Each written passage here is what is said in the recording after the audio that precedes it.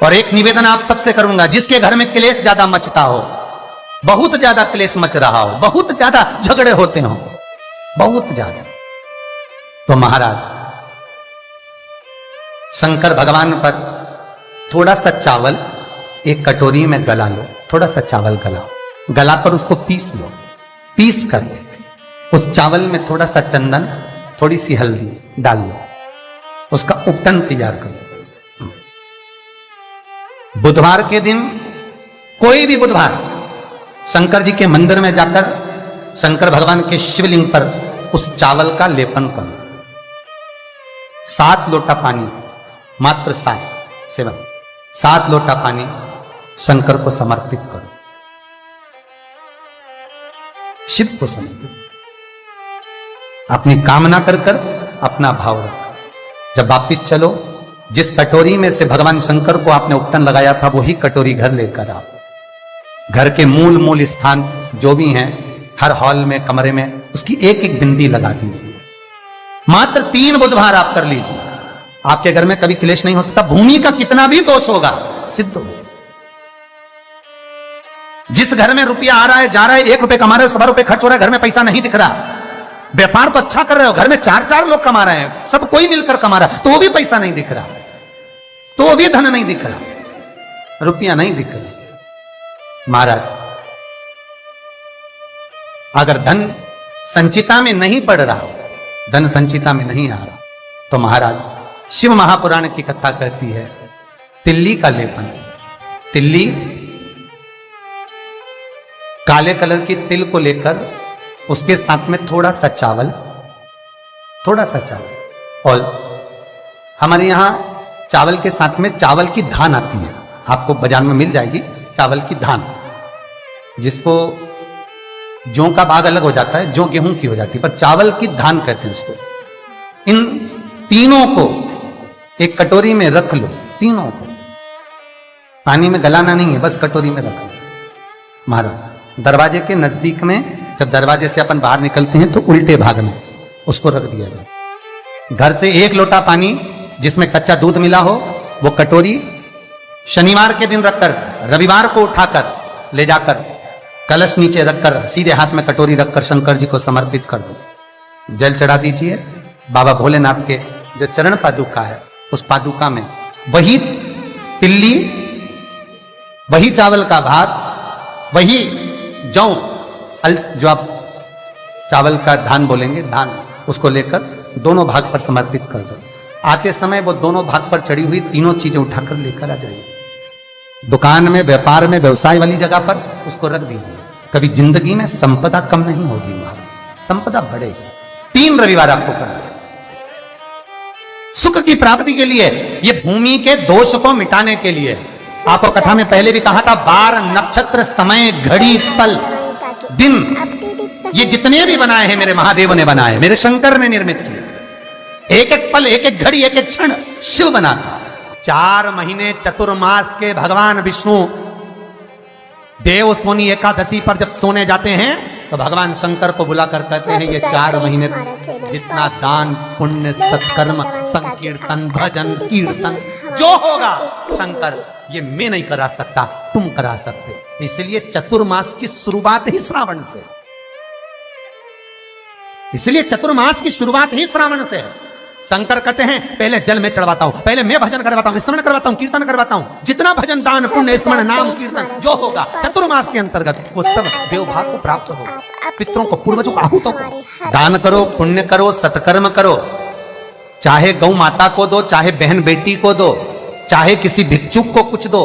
उस समय तुम्हारे चेहरे पर सल नहीं होना चाहिए, उस समय तुम्हारे चेहरे पर, तुम्हारी नैनों में अश्रु नहीं होना चाहिए, उस समय तुम्हारे चेहरे पर प्रसन्नता होना चाहिए।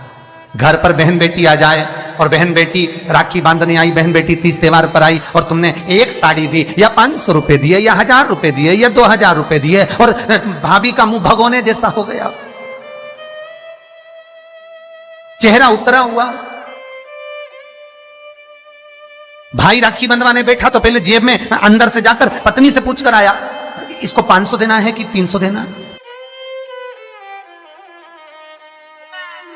राखी बंधवाने से पहले, पांटे पर बैठने से पहले, आसन पर बैठने से पहले सोफे पर बैठने से पहले जब भाई राखी बंधवाने बैठता है तो पहले अंदर जाकर अपनी धर्मपत्नी से पूछता कितना देना है। क्यों भैया, कमा तू रहा है, ला तू रहा है, तो फिर धर्मपत्नी से क्यों पूछा कि कितना देना है। पत्नी को यह कहना था आज मेरा मन है, बहन साल भर से नहीं आई, कुछ तो लॉकडाउन में 4 महीने से फोन तक पे बात ही बात होती रही, आई नहीं, 1 साल हो गया, मेरा मन कर रहा है आज मेरी बहन को मैं 2000 रुपए दे दूं, साड़ी के भी हो जाएंगे, चूड़ी के भी हो जाएंगे और देना हो जाएगा, आज मेरा मन कर रहा है। तुम्हें बोलना चाहिए, तुम्हें बताना चाहिए। और अगर पत्नी को कहे पति कि तुम 2000 रुपए दे रहे हो तो धर्म पत्नी का फर्ज है, धर्म पत्नी का फर्ज है, क्योंकि तुम भी किसी की बहन हो, तुम भी किसी की बेटी हो, तुम्हारा फर्ज है कि तुम अपने पति को कहो सुनो 2100 दो, मना नहीं है, 500 रुपए अलग से चूड़ी के दे दो, 500 रुपए अलग से बहन बेटी आई है तो गाड़ी का किराया दे दो। ये जब धर्म पत्नी अपने पति को कहेगी, पति के चेहरे पर प्रसन्नता होगी। मुझे उम्मीद है आज आप अपनी ननंद को दे रहे हो तो आप जब अपने मायके जाओगे तो आपकी भी भाभी इतना ही सम्मान देगी। क्यों? एक उंगली जो हम किसी पर उठाते हैं तो ये 3 उंगलियां हमारी ओर जाती है। हम एक के लिए अगर व्यवस्था करते हैं तो कहीं ना कहीं आपकी व्यवस्था भी पूर्णता में हो पाती है। आपकी व्यवस्था, आपका भाव, आपका आनंद, आप किसी के लिए अगर समर्पित हो रहे हो, आप किसी के लिए समर्पण कर रहे हो, आप किसी के लिए अग्रण्य हो रहे हो तो वहां से पूर्णता का अग्रण्य का भाव तुमको भी प्राप्त होगा।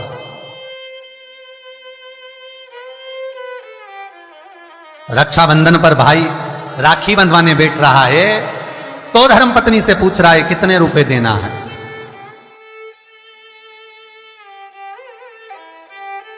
प्राण छूटने के बाद भगवान विष्णु लक्ष्मी से पूछे बता इसको नरक भेजू कि स्वर्ग? अरे बोलो तो रे भाई, भगवान विष्णु अगर अपनी पत्नी से राय ले तो, भोलेनाथ देने से पहले पार्वती से राय ले तो, इंद्र कार्य संभालने से पहले इंद्राणी से राय ले तो, ब्रह्मा ब्रह्माणी से राय ले तो, नहीं नहीं। अगर यमराज अपनी धर्मपत्नी दक्षिण से पूछे, ए दक्षिणा तू बता कि ये जो मरा है इसको मैं स्वर्ग भेजूं कि नरक?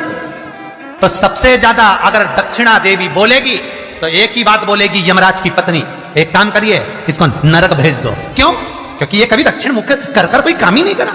बोलो, दक्षिण मुख करके कौन कार्य करता है? दक्षिण मुख करके कौन पूजन करता है? दक्षिण मुख करके कौन स्मरण करता है? दक्षिण मुख करके कौन सेवा करता है? तो दक्षिणा को तो क्रोध आना चाहिए कि ये कभी मेरी ओर मुंह करके कभी भजन नहीं करा, इसने कभी मेरी ओर मुंह कर मेरे को देखा तक नहीं, कभी मेरी ओर मुख नहीं करा। तो दक्षिणा देवी तो क्रोध में आकर बोल देगी इसको नरक भेज दो।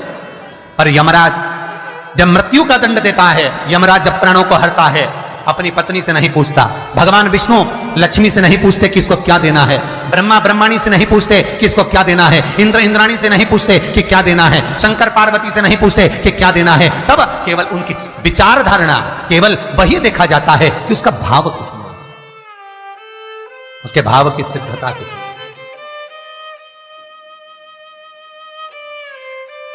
पर आज का जमाना है, बहन जैसे ही आई राखी बांधने, भैया चलो बैठो पाटे पे, अंदर अभी आया, अंदर गया, कितने देना, साड़ी रखी है मैंने निकाल दी है, धर्मपत्नी कहती है साड़ी निकाल दी मैंने, ये साड़ी दे देना, और सुनो साड़ी के पास 500 रुपए रख देना, बहुत है, साड़ी भी तो देना है।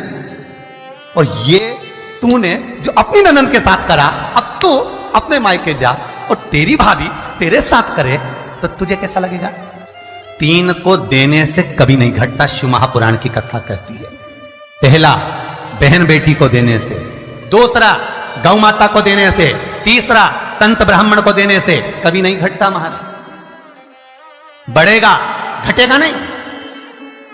बहन बेटी को देने से कभी घटता नहीं है। तुमने जो दिया उसका 4 गुना अगले साल तक तुम्हें प्राप्त हो जाएगा। गौ माता को 1 रोटी दी है, गौ माता के निमित्त से 1 रुपया निकाला है, गौ माता के निमित्त से 1 रुपया भी अगर तुमने दान करा है, पुण्य करा है, उसके निमित्त का अगले वर्ष तक यही तारीख लिख कर रखना, कितना पुण्य प्राप्त होता है, कितना फल प्राप्त होता है, कितनी लक्ष्मी प्राप्त होती है। देने से घटता नहीं है।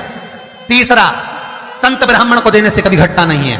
आपने जो दिया उसका 1000 गुना आपको प्राप्त हो जाता है, 1000 गुना। श्री शिवाय नमस्तुभ्यं, श्री सब्सक्राइब करें शिवाय वास्तु फैक्ट नमस्तुभ्यं बेल आइकन दबाएं ताकि आप श्री अपडेटेड रहें हमारे हर शिवाय वीडियो से। नमस्तुभ्यं।